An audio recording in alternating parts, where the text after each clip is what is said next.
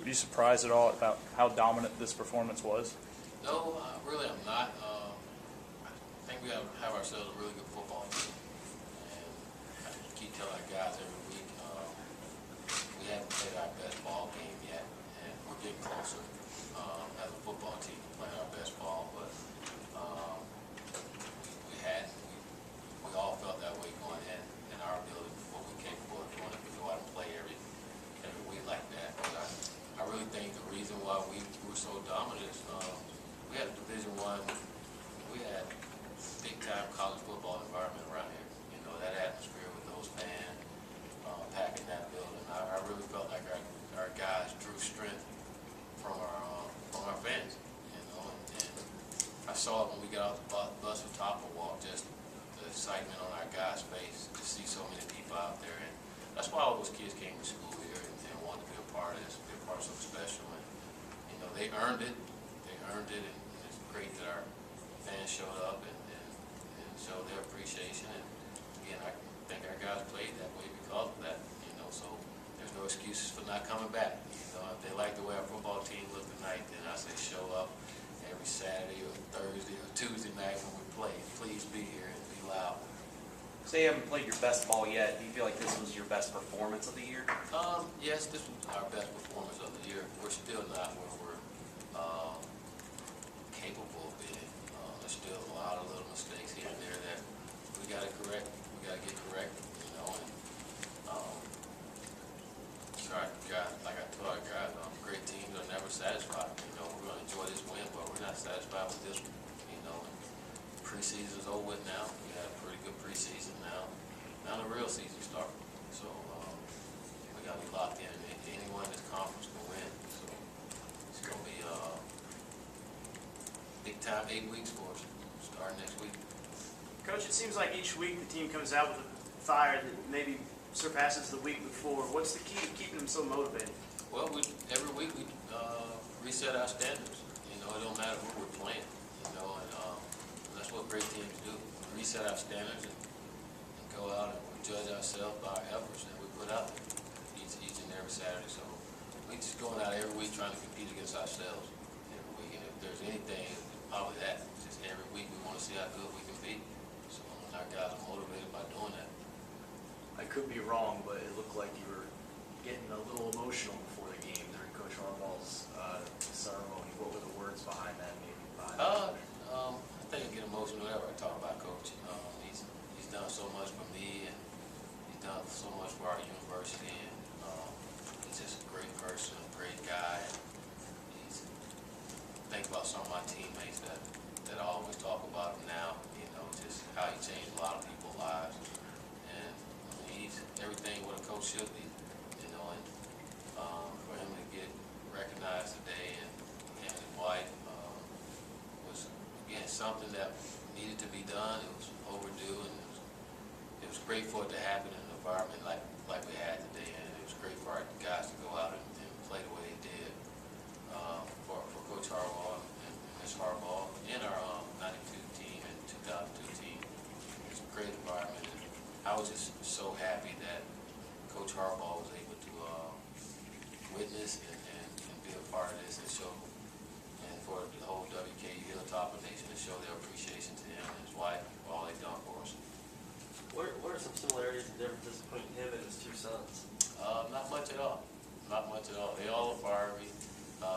Jim is probably spitting image of his dad, you know, and John got a little fiery in him too, but he's a little more laid back. Coach Harbaugh has juice all the time. He said every day attack, he stay with an enthusiasm unknown to mankind, and he literally does that. Tom said you're more of a Harbaugh than he is. Think that's accurate? I don't know. Tom married.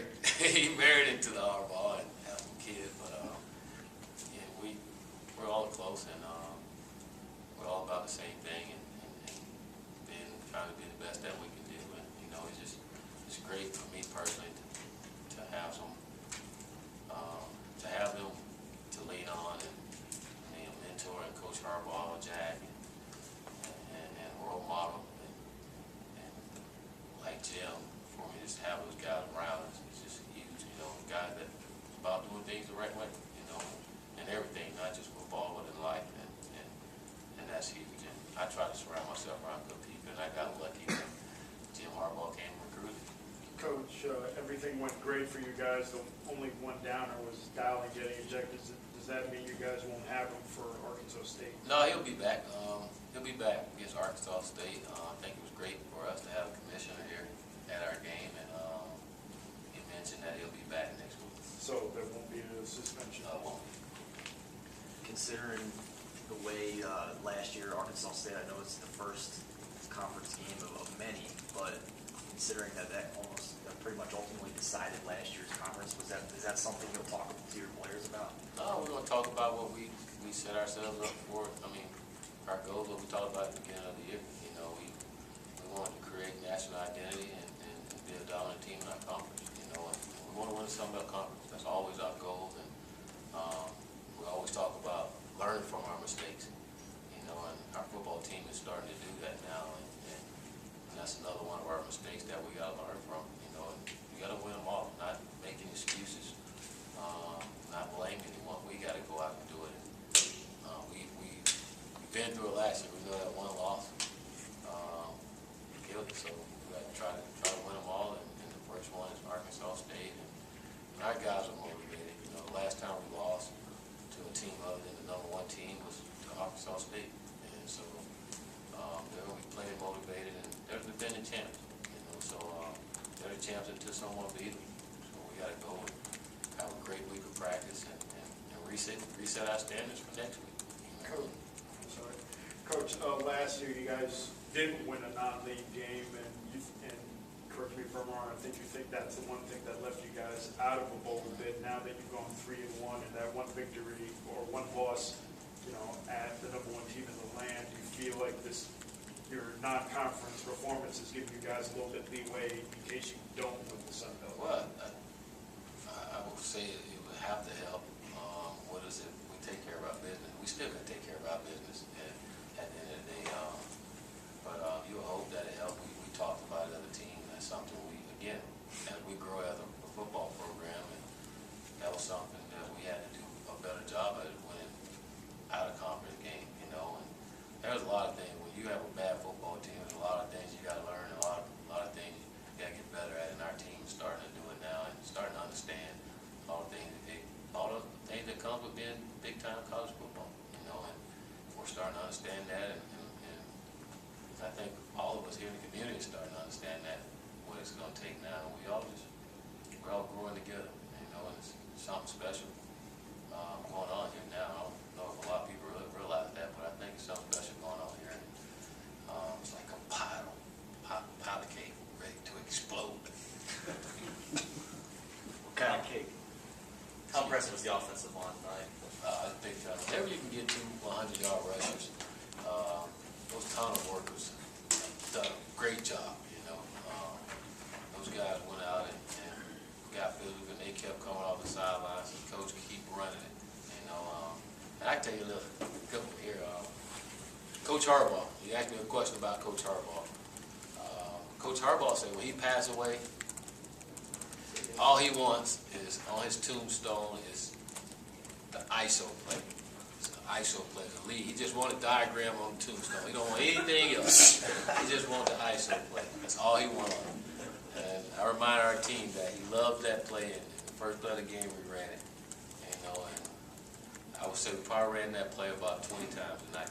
And I told our team we're going to run Coach Harbaugh play tonight. And sure enough, those guys took pride in running it. You know, and they ran it well. I mean, it was like the same play that we kept running. That was Coach Harbaugh play. And I told him, I showed him before the game, look at the first play, Coach. He's like, well, I taught you well.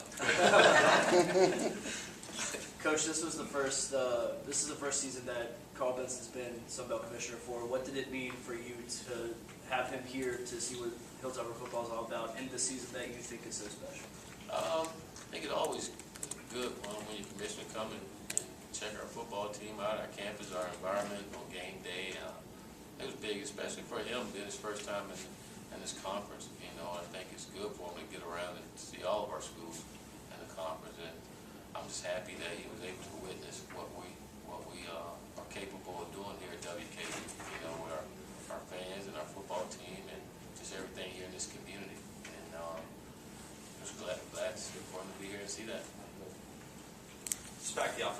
second.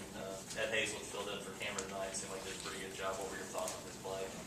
Ed did do a good job, and we felt like he would. You know, Ed had been one of those guys that's been around for a long time, and for whatever reason hadn't been in the game. But he's been, his attitude this off season and throughout training camp has been so much different of Ed Haslett. And when Cam went down, Coach Wells and I talked about it, and like, well, go ahead. Ed's gonna do a great job too. You know, and we told him we believe in him. You know, and we don't have a great team, know what a great team do. And when one guy go down, the next guy step up. And we always preach that. All you guys are on scholarship. You know, so it's not that you can't do it. You know, we expect you to go in there and not let up. He did a great job again. Like I say, how many yards do we have? 369 rushing. It's pretty good. So Bobby was the guy that got a lot of the attention the last few years. Who? Bobby Ring. Oh, Bobby! Yeah, in the NFL or something. But does it seem like the foundation of this program is really being built on the offensive and defensive line being built up front? I think all championship teams have a great offensive line and a great defensive line. I think that's where it all starts. And what you see out of our defensive line, you see a bunch of guys that have grown up and had a lot of experience playing football together. Same thing on offensive line. Those guys have been playing since freshman and sophomore years, and they play a lot of football. They're a lot older now. You're getting points if you're in our football team. Our players get points for having their balls on. They have to get up in the morning, 5 o'clock. How good was it just to see your team? I guess some people thought this game could have been a trap game. I mean, they just came out right away, you know, on fire. And I guess how good was it for you to see that? It was great to see it. Let's go back to what I was saying earlier about learning from our mistakes. You know, when we got our first big win since I've been back as a coach, when we beat Lafayette and come back to the airport and all those people was out there and celebrating, and our kids can handle it. You know, we're a young football team, and we felt like we had conquered the world after that win, and you know, we came out the next week and laid an egg. And a lot of those guys that was on that team was still on our football team now, so they know what it felt like that following week. And again, like I said, that was something we had to learn as a team, you know, to come after a big win and follow it up with another big win. You know, we were able to do that. And the other thing we learned tonight to do is when we were up on an opponent, keep them down. You know, it's something we hadn't done around here, you know, and it's good to see. I mean, we challenge our guys on getting better and learning from our mistakes, and our kids are starting to do that now, and that's what's great to see. You guys got some more questions? That was a big win, baby. Go on. How about the attendance? The attendance was beautiful. Beautiful. Like I said before, there's no excuses now. They don't show us that they can do it now. You know, show us they can do it now, and if they really enjoyed that performance by our football team, they'll show up again. Like I said, our guys drew strength from our crowd. I truly believe that. That's why they performed the way they did. I just saw it in their eyes, like I said, Tompa walk and coming out of the tunnel, like, wow, you know, this is what it's supposed to be like, you know. So that was great to see. So fans, please help me out and come again. That was big time.